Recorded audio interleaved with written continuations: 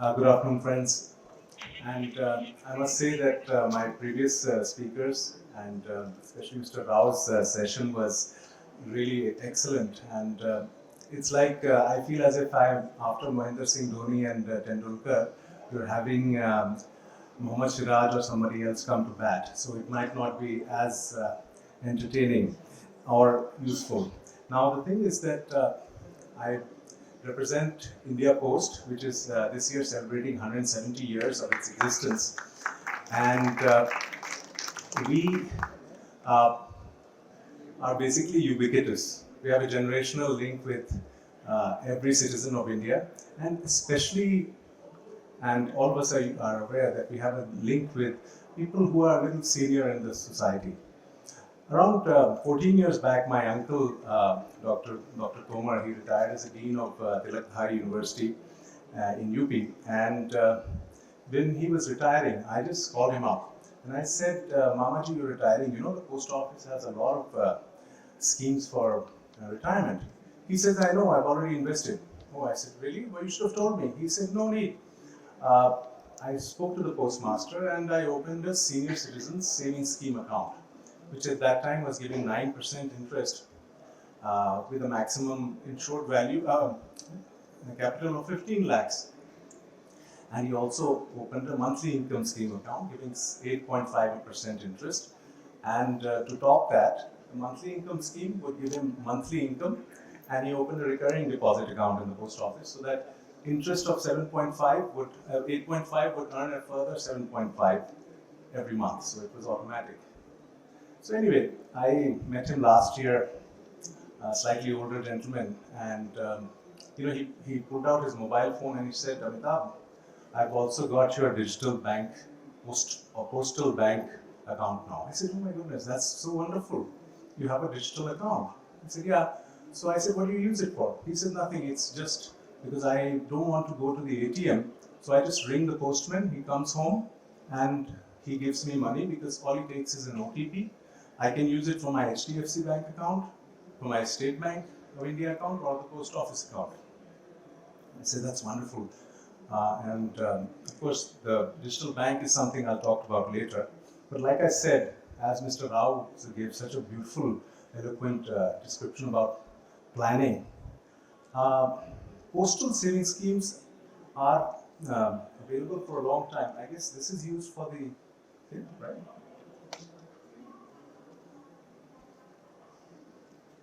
How do I move ahead? Yeah. I think my uncle would do it better.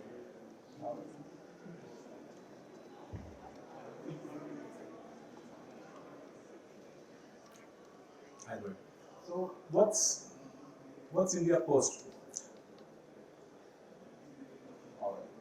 So 1.64 lakh postal outlets exist in the country. Now that's a massive number. It's a brick and mortar system which has been there. But it's been there for ages, as you'll see, as you know.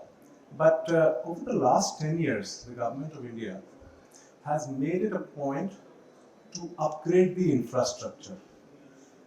That old, very, very shabby kind of method or image which was there in the department is slowly transforming.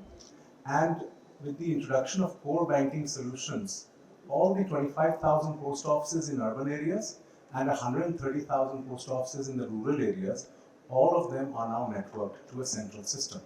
So what it applies is that the effort is the same way as other banking organizations, is to limit and reduce the need for the customer to visit the post office. Secondly, at the same time, there is an effort to somehow be a little more customer oriented. So basically what I'm going to talk about in my 9 slides, whenever they show up, are that about the senior citizen savings scheme, as I already told you about my uncle. It's 9% right now. I have the figures here. There are 29 lakh, 2.9 million pensioners who are using this, and up to 30 lakhs can be invested. And you get, at moment, of course, with the monetary policy, it's 8.2% interest per annum. So it is a good option after the age of 55 if a person has the lowest limit is 55. You have to be 55 to and should have taken retirement or voluntary or superannuated to take it. And then, as I mentioned, the monthly income scheme which my uncle had taken, that is available for all citizens, and especially we have a lot of younger people who are investing in this area because it's a small saving scheme. So if we have a corpus we have savable money of 100 rupees, some of it can go into a completely safe Government of India backed saving area, which is the monthly income scheme, which gives 7.4% annual interest. So, hooray, okay, you're back online. So, this is what I was talking about, that we have so many schemes and it's all online as we speak. So, the senior citizen scheme. So, currently 1.2 lakh crore rupees have been invested by these 29 lakh senior citizens in the country. So coming back to the monthly income scheme, friends. So 7.4 is the interest. So broadly, if we're investing 15 lakh jointly, say two people jointly open an account, then it is quite likely that the monthly income scheme could be as high as 1.5 lakhs per month. So it's coming to that. 15,000 per month. So that is the level of the amount which is coming. Right? And next, I'll just go to the next scheme which is there.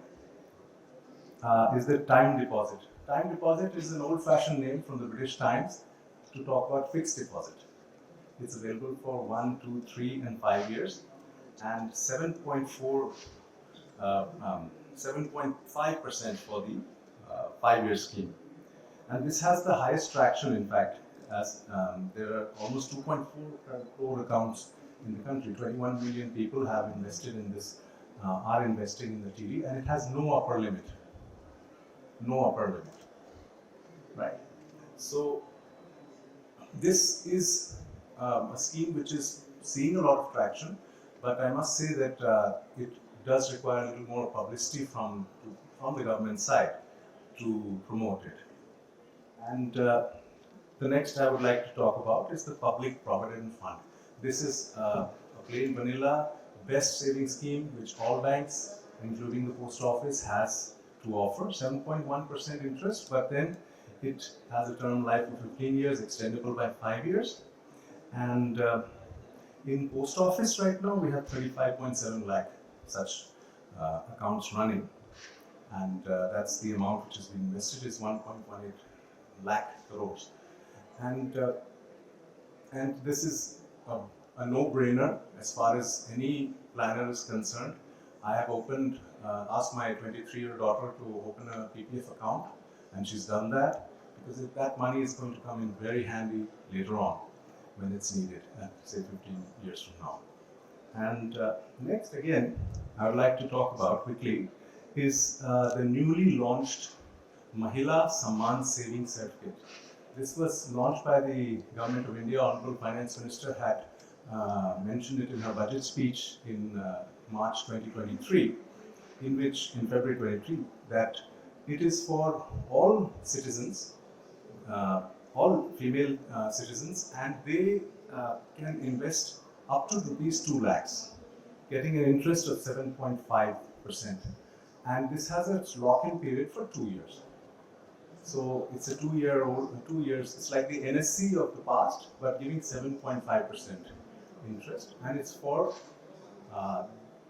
women.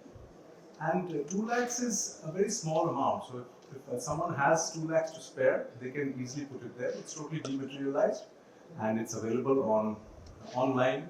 One can apply online for it.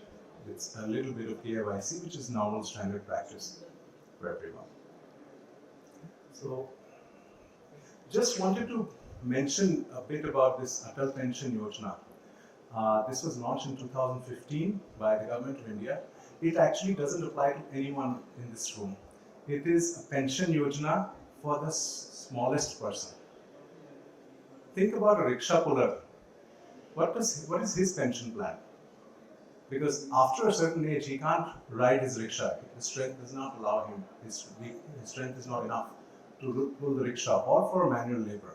So this is Atal Pension Yojana, which gives an interest, gives a 5,000 rupee per month income to people when they reach a certain age, and the amount invested is very, very low. It's almost say 100 rupees a month, going up to 500 rupees a month. So this is what is right now we're trying to promote because we have a grassroots presence, but it doesn't apply to us. But perhaps you can, somebody who has that kind of job, which does not involve any, it's totally unorganized, and you can tell them of the Atal Pension Yojana. Right. What's the interest rate here? It's disclosed separately, but to my knowledge, it's approximately 6%. Yes, I will have to check what is the disclosed rate for this. Next, I'll move ahead. Yeah. So there is also a very small an accident insurance policy called Pradhan Mantri Suraksha Bima Yojana. This is being launched, and it is giving a 2 lakh rupee accident cover at a princely sum of 20 rupees per annum. 2 lakh rupees accident cover at 20 rupees. So this is something which is again advisable. God forbid anyone needs it, but the thing is that it is something which can be done. We are, of course, the Department of Post has tie-ups with other very much other active players in the area of accident insurance, but this is the one which is spearheaded for the government of India and is working. So I'm coming to the end of my talk, but I was definitely wanting to talk about something called the Postal Life Insurance. It was again launched way back when, 1884. But what's happened during the last 2 years, especially with the plan of the government of India to expand insurance in a big way, because India is, as all of us, you are very wise, you know that very uninsured country, and it's very important. So now the postal life insurance is offered to everyone who's a graduate. If he is living in he or she is living in urban area, and if he or she is living in rural areas, there's something called rural postal life insurance. The only thing is that the highest amount in rural PLI is 15 lakhs, while for PLI, you can get insured up to 50 lakhs. And like I said, post office does not provide very high insurance cover, but the main USP of this, or the main thing which is so attractive, because we are actually having to overstaff our processing centers now because of the wide traction this is coming in as we speak, is that the bonus, I can with full confidence tell you, is 7.6%. This is double of our nearest competing person who's providing life insurance. I say it because I've worked in the insurance sector prior to joining the post, and I've worked in the postal life insurance. And the 4.5 and 5% for EA. EA means endowment assurance. That means you get money back. So when your policy finishes, you get the maturity amount with the bonus. So the 5%. Again, this is 25 to 30% above any other insurance company in the country. I have the confidence to say that, but I had to put it out there. I thought many times, do I disclose this? Yes, I'm disclosing it. So 66 lakh policy holders in PLI. But as we speak, in Mumbai alone, during the last 1 week, we have actually taken up 7,000 policies in the last 1 week. Most of it in the northeast part of Mumbai. I don't know why, we'll find out, but it's really picking up. I think the slog overs begin now for the insurance industry. That's Jan, Feb, March. That's when the FY is closing. So we will definitely see more traction. Okay, my final talk is about something called, which my uncle, if you remember, was saying that he has that digital bag account, India Post Bank. So he's actually using it for taking money at home. It's called Aadhaar Enabled Payment System. All you have to do is biometric or use an OTP. Any bank account, you just have to have an account. The postman will give you up to 10,000 rupees. Like you go to an ATM, maximum you can withdraw is 10,000. Same with the AEPS of the India Post. And this 8.84 crore transactions have taken place through the post office. And the bulk of them during the last 2 years, because of COVID, the only people could not leave their homes. That's when it really went overboard, and COVID warriors, postmen were also the same. They also went to people's houses, but then that has caught on. So people are doing that. So 25,200 rupees are actually floating in the system. People are withdrawing. So friends, the idea is that there's a beautiful opportunity to get various customized products these days, but it's also a very sensible thing to go for plain vanilla products. Plain vanilla means it's with the government, you have control over your account, the postal brick and mortar is always going to be there, it's not going anywhere if there's an issue. But most of the time, it is possible to get your money on time whenever you want, and it's possible to view your statement, etc., due to the online systems. This Post Bank has 6.6 crore account holders. That's pretty big. 6.6 crore account holders. And over 90%, however, are in the rural India. Because in rural India, that's where where a lot of the new generation of people are there. And the Honorable Prime Minister's vision is that financial inclusion has to take place. So many efforts have been made to bring it possible that to get the unbanked, the uninsured into the focus. So small schemes are there for them, but there's lots of schemes, plain vanilla schemes, but pure schemes which are available for you. So I would like to end my talk here and thank the organizers for giving me this opportunity.